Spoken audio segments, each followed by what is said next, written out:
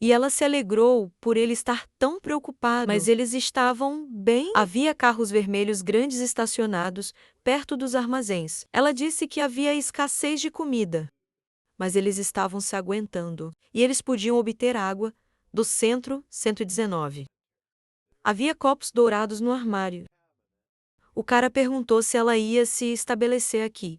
Ele respondeu: a garota deve cuidar de si mesma primeiro. E depois, os outros. Ela pensava em ir para o avô em Bapio, mas ela temia causar problemas, porque os suprimentos estavam ficando mais difíceis de encontrar. E ouvi-la atentamente. Sem tirar os olhos dela, ela sorriu, dizendo: ela estava curiosa sobre o tipo de pessoa quem seu avô tanto pede. Bonnie cruzou as mãos na frente de si, dizendo que agora ela o viu, gostou dele à primeira vista. O rapaz levantou as sobrancelhas, confuso. O velho franziu o rosto. O homem gritou, irritado, que não tinham tempo. Tinham que tratar dos negócios. O garoto colocou as mãos nos quadris, dizendo que era hora de ir. Johnny, quem está sentado à frente do homem, perguntou se queriam descansar. Ao que o herói respondeu: eles iriam sair agora mesmo. A garota percebeu que estavam apressados, e isso não foi bom. O velho sorriu, dizendo que o garoto era um pouco impaciente. Então, pegariam patinetes elétricos emprestados. Ela franziu as sobrancelhas. Ela disse que poderia pegá-lo sem problema. Mas é melhor não irem para Seul agora, indagando se eles iriam mesmo. E o Han ergueu a cabeça e olhou para ela, dizendo que precisavam ir. A garota o olhou com olhos verdes e amplos. Ela franziu as sobrancelhas e sorriu. Dizendo isso, os três distrairiam os zumbis, até os heróis partirem pela rodovia Noodle. Isso era por ele ter vingado do caçador de cães. Para eles, os heróis olharam para as portas. Agradecendo, a garota disse que os patinetes poderiam ser carregados. Abaixo, Ione sorriu e chamou o comandante, oferecendo se encontrar novamente se ele sobrevivesse. E o Han sorriu olhando para ela. Havia um céu azul com nuvens sobre o prédio de tijolos. O homem ficou ao lado do transporte, dizendo que eram scooters elétricos. O protagonista franziu o senho, pensando que, embora o idoso o tivesse apresentado, como tudo lhes foi fornecido tão facilmente, ficou um pouco. Um barulho forte foi ouvido no silêncio da cidade. O cara sorriu, dizendo que era um sinal. Agora, eles podem ir. Johan olhou para ele, agradecendo. Ao pisar no acelerador, o jovem, com alegria, disse que Ione pediu para cuidar dele. E como ela queria, era necessário. O protagonista agradeceu a Mackett. Nuvens brancas flutuavam lentamente sobre o céu azul. Os rapazes avançaram rapidamente de patinetes. João andou na frente, franzindo, à frente dos heróis, altos edifícios, de onde subiram cinzas e fuligem ao céu. O fumo engrossou, os altos edifícios foram bloqueados por isso. O cara informou que havia 3 zumbis à frente. Swift sorriu, atravessando os corpos dos mortos.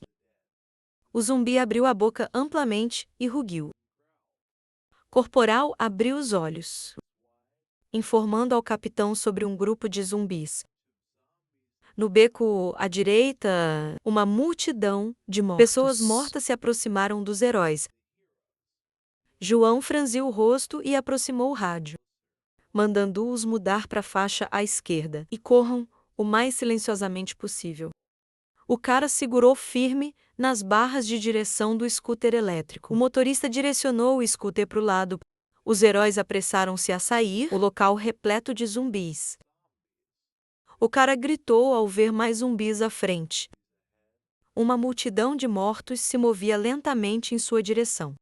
Pagante encolheu os ombros e preparou sua arma, segurando o manete do scooter com uma mão. Ele atravessou os corpos de zumbis, avançando O cara elogiou-o. O rio era visível, com a ponte vermelha de Ueto sobre ela. Os olhos do protagonista alargaram-se. Ele colocou o rádio ao ouvido. Ao dizerem para pararem, os heróis congelaram. Vendo uma rua cheia de mortos-vivos adiante, ele franziu o senho, pensando que, à primeira Havia vista, cerca de 600 zumbis aqui. O cenário não lhes favorecia, devido ao barulho alto. Seria ouvido imediatamente. O cara disse que o encontro seria no prédio. Às 7, eles olhariam ao redor e avaliariam a situação. E então, seguindo em frente, ele olhou para o prédio de vários andares. Edifício de tijolos amarelos com placas. Os caras estacionaram seus patinetes elétricos na entrada. Um barulho alto veio da escada. Então, o personagem Abrindo a franziu porta para o rosto. telhado à sua frente. Ele viu um zumbi estendendo os braços. O protagonista, com calma, chutou o pau na cabeça. Esplachando sangue, o resto do grupo saiu. Yuan estendeu as mãos e disse, refletindo sobre o cheiro de sangue em Souls. Ele olhou para as multidões de zumbis, caminhando pelas ruas largas da cidade. Pensando que não seria fácil, Swift franziu o senho, que era mais perigoso do que imaginava, perguntando por que havia tantos zumbis. A rua estava cheia de monstros uivando alto. Swift lembrou-lhe que João disse que houve lutas em Ueto. Então, os zumbis devem ter vindo de todos os lugares. Eles ficaram no telhado, olhando para os monstros. Swift disse que deve haver uma estrada. De onde veio o cangaceiro de cachorro? E o protagonista respondeu: eles diriam os zumbis para outro lugar. E atravessar, ele olhou para baixo. E acrescentou que não teriam problemas para fugir, como estavam de patinetes. Swift perguntou se eles tentariam isso. O homem loiro abriu a boca surpreso. E perguntou se deveriam pegar o metrô. Ele disse que a estação de Jean Happy Market ficava a 2 quadras de distância. Ele apresentou as linhas do metrô e disse que poderiam mudar para a linha 1 em uma única estação. Johan tocou o queixo e achou que não estava mal. Estavam no telhado de um prédio de tijolos. O protagonista concordou e disseram que deixariam os patinetes ali. E zumbis caminhavam abaixo, roncando alto. Sábio negro voava no meio da fumaça. Os monstros rangeram os dentes cinzentos. Eles rugiram alto. O Han franzia as sobrancelhas finas e instruiu seus companheiros a se prepararem para a batalha. E formem uma linha para romper. Uma multidão de homens armados ficou no meio da larga rua. Uma garota com cabelo curto. A garota com cabelo castanho desenhou uma flecha na corda do arco, enquanto o protagonista mandava a defesa atacar. De longe, Ilan ergueu a mão e apontou para os zumbis da primeira fila. As flechas voaram rapidamente. Percorreram as cabeças dos monstros. Quem abriu a boca e gritou alto. Os zumbis, caminharam em direção ao protagonista e seus companheiros. Os guerreiros apertaram os dentes e suaram de medo. Ao se virar, Johan franziu o senho. Abre a boca e pensa. Isso era diferente do ataque dos zumbis. Um após o outro, ele aconselhou seus companheiros a não entrar em pânico, porque conseguiriam romper. Um zumbi ergueu a mão. O protagonista ordenou o ataque da vanguarda. Swift pegou um machado e correu em frente. Rindo com confiança, ele brandiu a arma. Acertando os zumbis, os monstros abriram a boca. Seus olhos redondos brilhavam intensamente. Fumaça subiu na rua. Havia manchas de sangue no ar. Ed fechou os dentes e atacou um zumbi. O protagonista virou-se com uma arma na mão. Mandou que Radin e Swift desacelerassem. E Ed, para acelerar, Johan observava Ed atentamente. Ele se aproximou do garoto, ordenando que ele se defendesse. E para substituir, se ele visse que alguém precisava descansar, Ed fechou os olhos e aceitou a ordem. O garoto loiro respirava pesadamente pela boca, enquanto gotas de suor desciam pelo rosto dele. O zumbi ergueu as mãos e gritou alto, aproximando-se dele de repente. Uma flecha atravessou o olho do monstro. Então ela segurava um arco na mão e o Han mandou Jiwan trocar com Yun-Su. Então ele se preparou. E o protagonista achou que ela era precisa. Muito melhor do que esperava, os humanos lutavam contra uma multidão de zumbis. E Johan gritou para que Ed saísse. Como substituto, a garota de cabelo longo com uma faca na mão voltou-se. Ela relatou um grupo de zumbis atrás de si. Havia fumaça cinza no ar. Johan mandou que Swift trocasse com Guincho. E o sangue jorrou imediatamente. Seria franzir? Ela apertou os dentes e atacou um dos monstros. É que apertou a mandíbula e sacudiu os braços. Ele pisou em uma poça de sangue escarlate. Yoran atacou uma multidão de zumbis com grande esforço. Estenderam as mãos em sua direção. Gotas de sangue escuro jorraram de seus corpos. O protagonista franziu as sobrancelhas finas que estavam acabando. Os 3 jovens com rostos suados, risos, atacaram os monstros. Fumaça cinza encheu o espaço. O protagonista, com um rosto pálido, escorrendo de suor, suspirou, aliviado. Corpos de monstros estavam no chão. Johan elogiou seus camaradas. Ordenou à vanguarda que caminhasse ao redor. E a defesa para coletar flechas. Ele virou-se abruptamente. As sobrancelhas franziram, os lábios puxaram. Ele perguntou se Radin e Swift ainda tinham forças. E os homens sorriram, afirmando que sim. O protagonista virou-se, risou e disse que, como os outros estavam cansados, eles correriam pelo metrô. Paguem e Swift fecharam os olhos e sorriram. Havia um aviso no teto que dizia elevador. Na sala vazia com os turnstiles. Manchas vermelhas de mãos humanas estavam visíveis nas paredes brancas. O monstro abriu a boca e sacudiu a mão. Swift se concentrou em destruir os monstros. Pagan lutou contra os monstros, encolhendo os dentes. O protagonista inclinou-se, brandindo a sua adaga. No ar, há cadáveres ensanguentados no chão. Os homens os observaram. E Johan perguntou se era tudo. E Haig confirmou que era. O homem pegou os pilares de metal. O jovem estava sentado de joelhos. Ao tocar na porta de ferro, os outros caíram ao chão. E o protagonista disseram que descansariam por meia hora. E havia mais uma coisa que eles deveriam saber. Havia corpos humanos no chão. E eles estavam no território do acampamento Edo, onde o líder local se chamava Shino.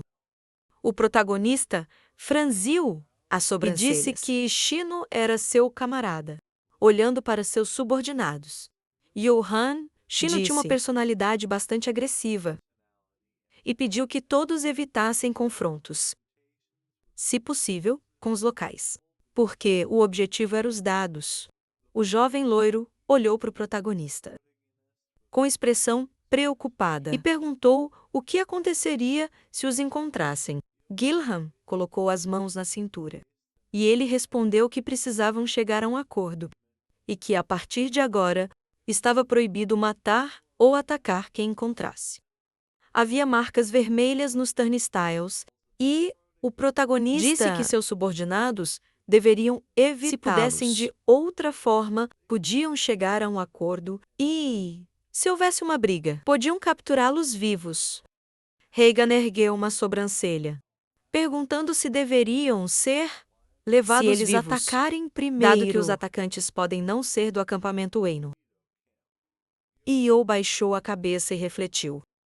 Hagan franziu as sobrancelhas e disse ao protagonista que era questão de vida ou morte.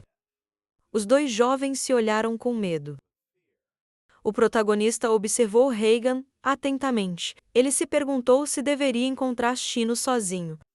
Ele imaginou o homem sentado no trono, ensanguentado. Adivinhou que ele não era mais o Shino que conhecia, e se não encontrasse um terreno comum?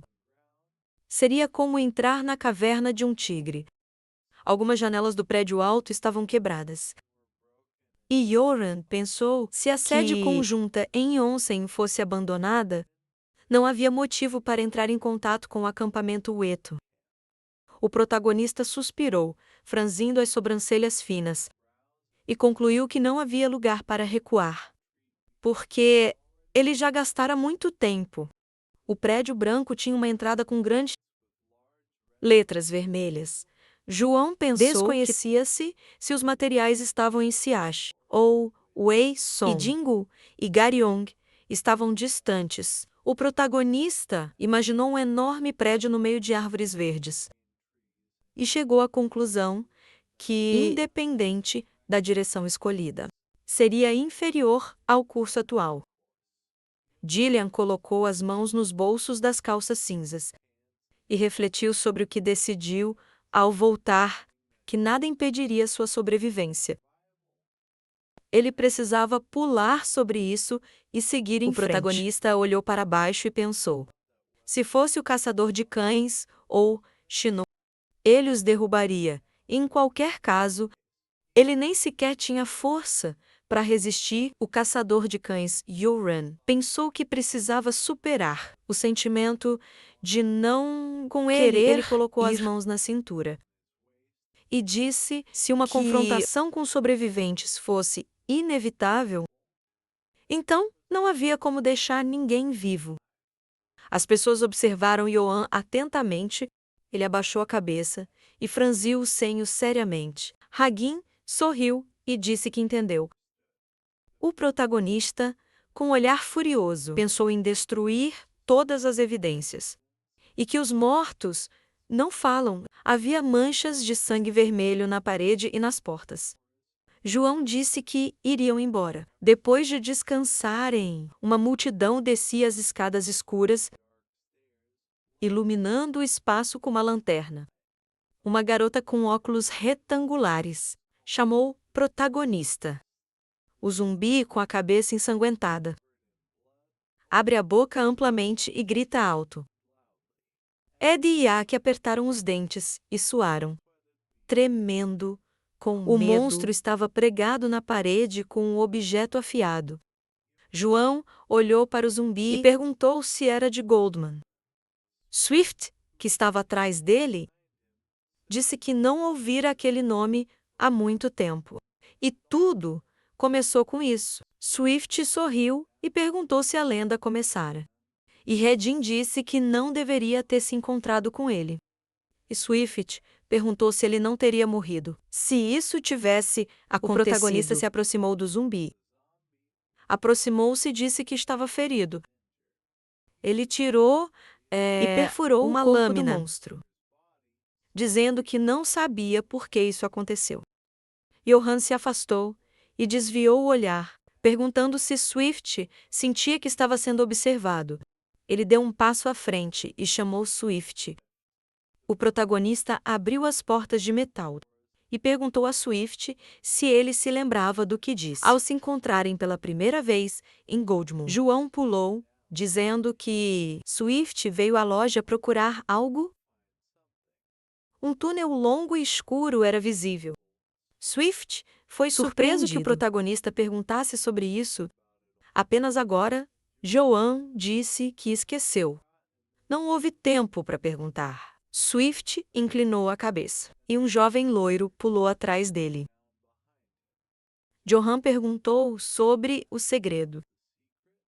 Mas Swift permaneceu em silêncio. O protagonista desviou o olhar e disse que Swift não precisava contar. Se ele não quisesse, o jovem de cabelo longo sorriu. E disse que não era um segredo. Mas sim, é o caminho sombrio, um círculo de luz da lanterna. Era visível na parede escura. João caminhou à frente, seguido por seus subordinados. Os zumbis com olhos vermelhos gritaram alto. Terry franziu as finas sobrancelhas e pediu que seus companheiros esperassem. Um grande número de monstros agressivos, atrás das portas de vidro, eram visíveis, e a garota perguntou se era perigoso. Os olhos de Swift se alargaram surpresos ao ouvir o que você disse. Era perigoso. O monstro de pele vermelha e olhos brilhantes. O protagonista acendeu uma lanterna nele, e o monstro rugiu alto. Uma criatura parecida com um enorme inseto estava sentado na parede. E Johan disse que era um mutante. Os meninos olharam para cima, com as bocas abertas, chocados. Caminharam pelo túnel? O protagonista perguntou se todos soubessem lutar contra um mutante e explicou que não podem usar armas de fogo, porque pode irritar os zumbis. O trem estava lotado de zumbis, com olhos brilhantes.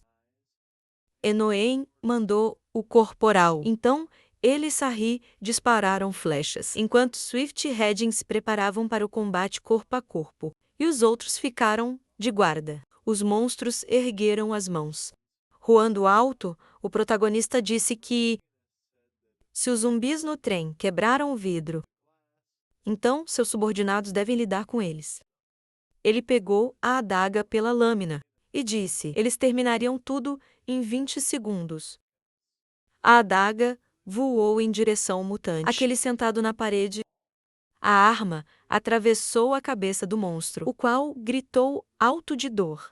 Então ele colocou uma flecha na corda do arco. O mutante abriu a boca largamente, gritando agudamente enquanto várias flechas atravessavam sua espinha.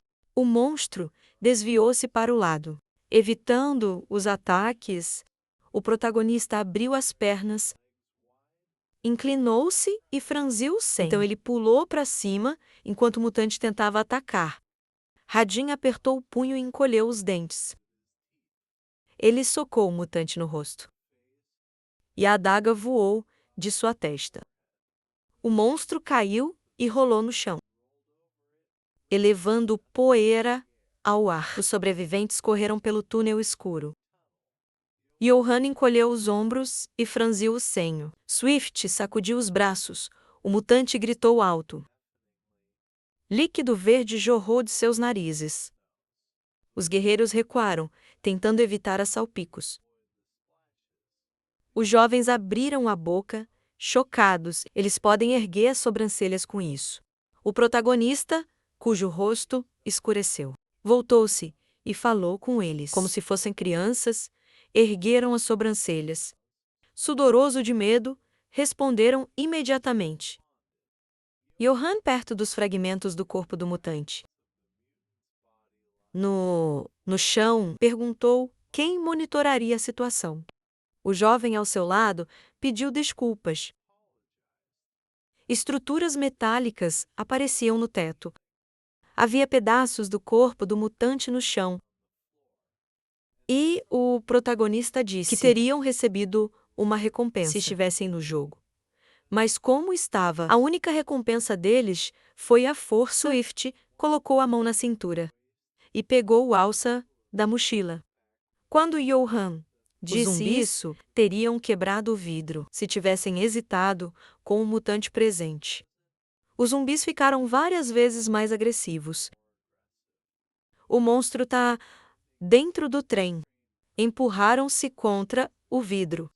Gritando alto, Swift disse que era assustador. A multidão avançou no longo túnel. Na ampla sala, uma placa com direções era visível. Johan e seus companheiros avançaram. E eles disseram que parariam aqui hoje a estação Namu antes do nascer do sol amanhã. Uma ponte escura e vazia era visível. E explicou que poderia haver sobreviventes em estação. Então era melhor se mover na semi-escuridão, para não se deparar com eles. Eles ficaram sobre os azulejos brancos. Johan disse que poderia ser desconfortável, mas eles dormiriam em um só lugar, e a guarda seria trocada a cada 2 horas. Os meninos sentaram no chão. Vendo que essa missão era tão difícil, eles pensaram que morreriam. Johann sentou-se também. Hagen perguntou: o que aconteceu com os mercenários? Quem os seguia? E o protagonista disse que estavam descansando. Então, não havia motivo para preocupação. O céu era rosa. Depois caiu a noite. As constelações do céu noturno. Pessoas caminhavam sobre a ponte, suas silhuetas escuras contra o céu. Uma cerca delimitava a área. Jack franziu a testa e disse que a estrada estava bloqueada. O protagonista ergueu as sobrancelhas finas e ficou em silêncio. De repente, um garoto loiro deu um tapa no braço dele, dizendo que estava queimando. Gillian virou-se perguntando o que havia acontecido. E o garoto disse que se cortou com algo como um fio agudo. Ele enrolou as mangas da camisa, a ferida dele sangrava, e o protagonista disse para ele desinfetar. Então, atinja. O garoto abriu sua mochila e pensou que não conseguia ver nada. Por causa da escuridão, acendeu o flash. Jong-soo sentou-se, olhando para dentro da mochila. E o garoto atrás dele chamou-o. Jong-soo congelou os olhos e a boca abertos. E uma bala atravessou sua cabeça. O protagonista franziu as finas sobrancelhas e olhou para ele chocada. Sangue espalhou-se no ar. E gritou alto para Jong-soo. Johann arqueou as sobrancelhas e gritou para que todos se deitassem. E apaguem as luzes. Era noite e o protagonista acreditou que o atirador era muito preciso. O protagonista tirou o walkie-talkie e disse que havia um excelente atirador ali e ordenou ao segundo grupo que se preparasse para a infiltração. E o resto, sem pânico e pronto para atirar. Ele cortou a cerca de metal. Eles rastejaram pelo buraco. Silhuetas de homens com metralhadoras eram visíveis. Fora da janela, Johann apontou e viu uma faísca. Uma bala quebrou o vidro e atingiu um homem. O sniper estava no chão. O cano da metralhadora dele fumava. O protagonista virou-se e pensou que as habilidades do atirador eram incomparáveis. As balas quebraram as outras janelas.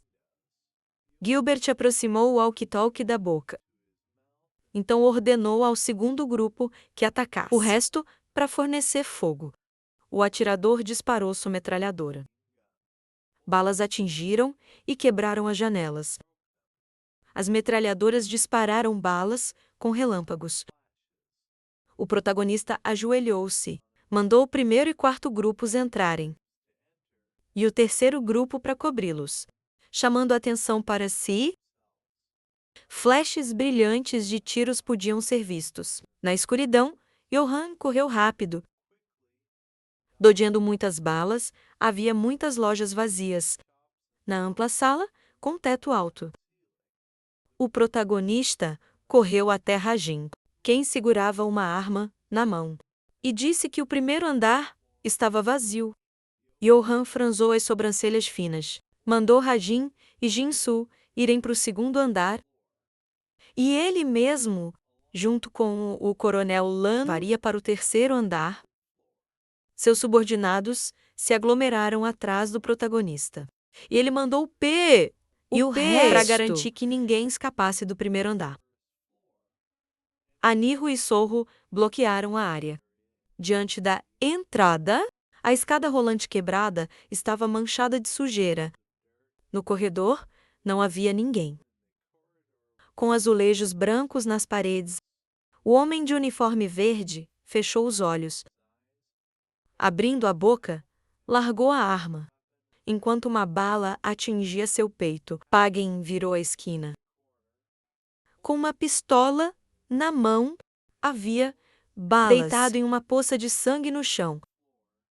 E ele informou que o segundo andar estava vazio. Pagan se agachou e disse que o inimigo havia acabado de munição. E recuou. O garoto de cabelo castanho congelou, seus olhos arregalados e a boca aberta. enquanto um soldado, de ombros largos, ficava atrás dele. Pagan levantou os punhos e o acertou com força, e o garoto caiu de cara no chão. Pagan virou e chamou seu camarada. Ele encolheu os dentes e ergueu a pistola. Pagan atirou, mas o inimigo se abaixou, evitando a bala. Pagan segurava o cabo da arma com força. O inimigo prendeu Radim pelo pescoço contra a parede. E ele fechou os olhos e encolheu os dentes. Pagan tremeu, emitindo um gemido dolorido. Pagan agarrou o punho, puxando uma lâmina afiada. O soldado olhou horrorizado. Então, Radim encolheu os dentes. Então golpeei o inimigo no rosto. Ele ergueu a perna e flexionou o joelho. Radim chutou o inimigo. De repente, o soldado agarrou seu pé. Alguém corria rápido. A sala com o chão de terra estava vazia. Os olhos do homem alargaram-se ao ver estilhaços de vidro voarem ao seu lado. Ele caiu, onde zumbis com rostos ensanguentados se aglomeravam. O soldado ficou ao lado do vidro quebrado, olhando para Radim. Quem gritou alto? Havia fita adesiva e uma tesoura de caixa no chão. Um jovem de cabelo escuro estava amarrado, com fita adesiva nas mãos e pés. Uma voz veio de um rádio no chão, indagando se estavam bem. E por que eles não respondiam? O homem pegou o rádio. O soldado se afastou e relatou que os invasores haviam contra-atacado. E havia muitos deles. A sala estava escura. A voz no rádio disse para não exagerar. O homem de chapéu e roupas pretas olhou para o rádio e disse que iria matar todos, exceto o prisioneiro. Ele perguntou. De repente, os olhos negros do soldado alargaram-se.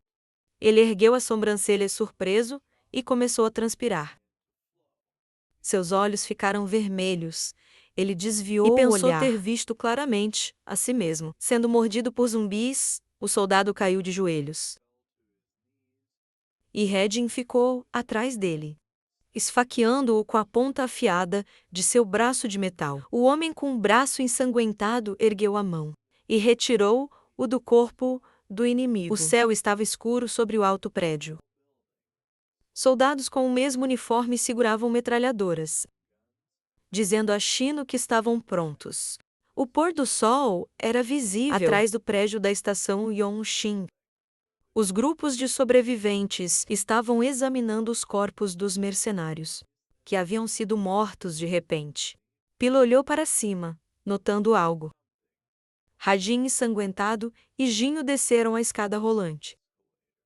Com os braços estendidos, o loiro perguntou se o companheiro estava bem.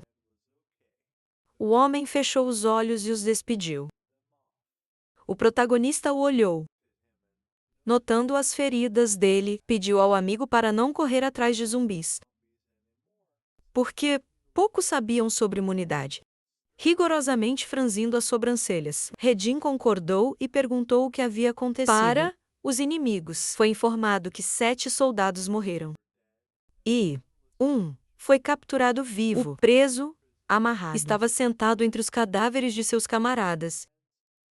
Elwyn sentiu um mau pressentimento. Olhando para o lado, ele acrescentou que não havia sniper entre os mortos. Isso significava que o atirador estava esperando. Em outro lugar, uma voz veio do rádio, deitado no banco, tentando entrar em contato com Yuan, franzindo. O cara percebeu que era a voz do Chino, em pé diante do corpo de um camarada morto. Eles perguntaram o que fazer agora.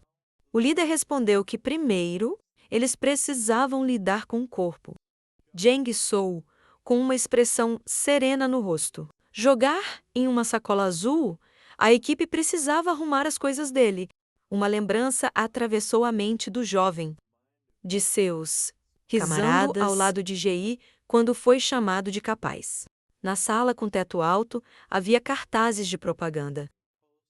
Sobrados da época de paz. A escada rolante para o segundo andar estava quebrada. Alguém perguntou quantas pessoas estavam no chão. Ao saber que eram 3, ele decidiu subir e verificar. Um mercenário estava no chão, em uma poça de seu próprio sangue, frente a ele. O protagonista reconheceu o homem. Redin perguntou se o companheiro conhecia. Na lembrança, Evan franzia o rosto com fúria e ordenou que matassem todos. Furioso, João pensou que era um homem forte e valente. Quem sobreviveu até a luta com Senion? O lutador, ao lado dele. Cautelosamente chamou o amigo, colocando as mãos nos bolsos. O cara mentiu, dizendo que não conhecia o morto. Havia uma porta de vidro com um aviso na sala. A garota fechou os olhos, incapaz de suportar a dor. O ombro dela estava bandado. Irro, explicou. Preocupado, a bala atravessou direto. Então a ferida não era mortal. O jovem se inclinou, o amigo perguntou como o companheiro se sentia. Voltando-se de lado, Jenian começou a chorar e disse que não queria mais lutar. Os membros do esquadrão baixaram a cabeça em silêncio. Ed olhou tristemente para o aliado, com os olhos baixos. O líder do esquadrão disse ter fornecido assistência. Tudo ficaria bem. Se a mulher ferida apenas descansasse, era de dia fora, mas a sala estava escura por falta de eletricidade. O protagonista estava sentado à sombra, em um banco. Uma voz foi ouvida em uma rádio próxima. Enfrentando os invasores da estação Yongson, olhando para baixo, Johan percebeu que o atirador atingiu Chino. A luz vermelha do rádio acendeu. A voz disse que sabia que estava sendo ouvida e pediu aos invasores que respondessem. O cara pegou o rádio, levantando-o para si. Ele respondeu que a estação Yongxin estava na linha. A voz disse que, se não libertassem Sokka, eles iriam se arrepender. Elas lamentariam muito. Os membros do acampamento, liderados por Serai, entrou na sala, vendo o prisioneiro amarrado.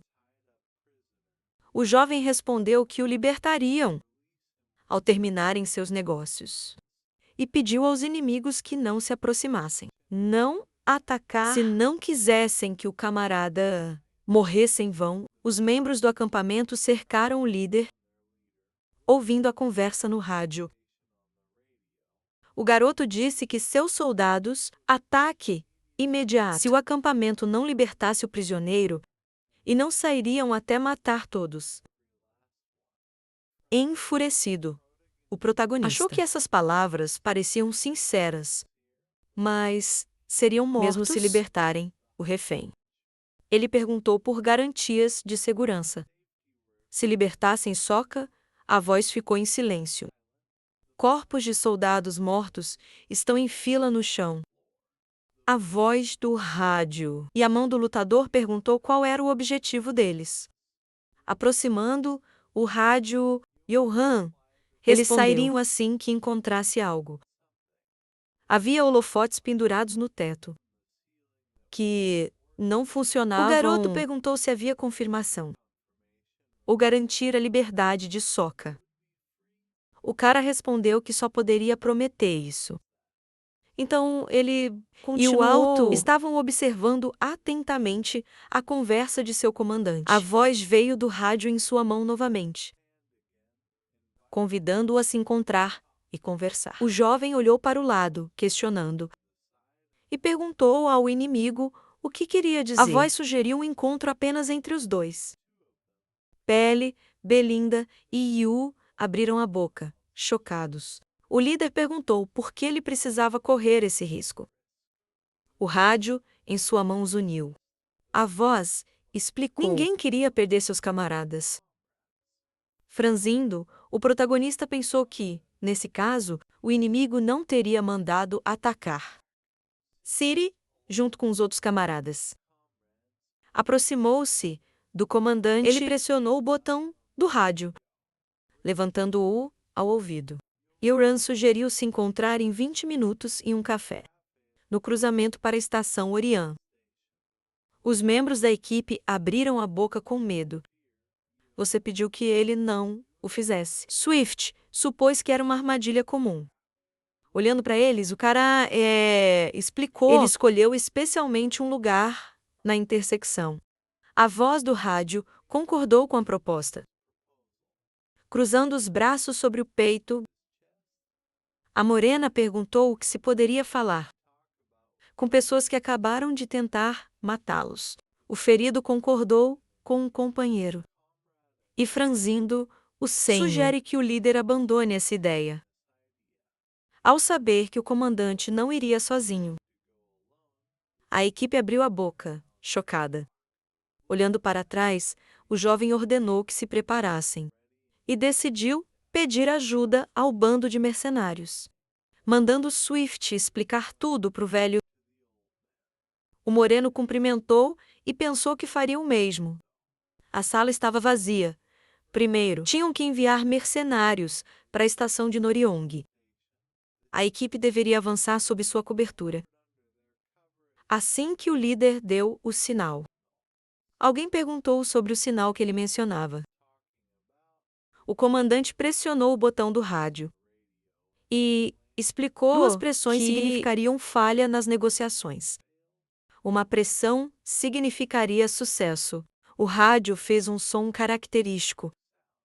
Rick Hayden e Swift assentiram, fazendo uma expressão séria. O protagonista pensou que o grande problema de Shinnô era a honestidade, porque este homem não era o tipo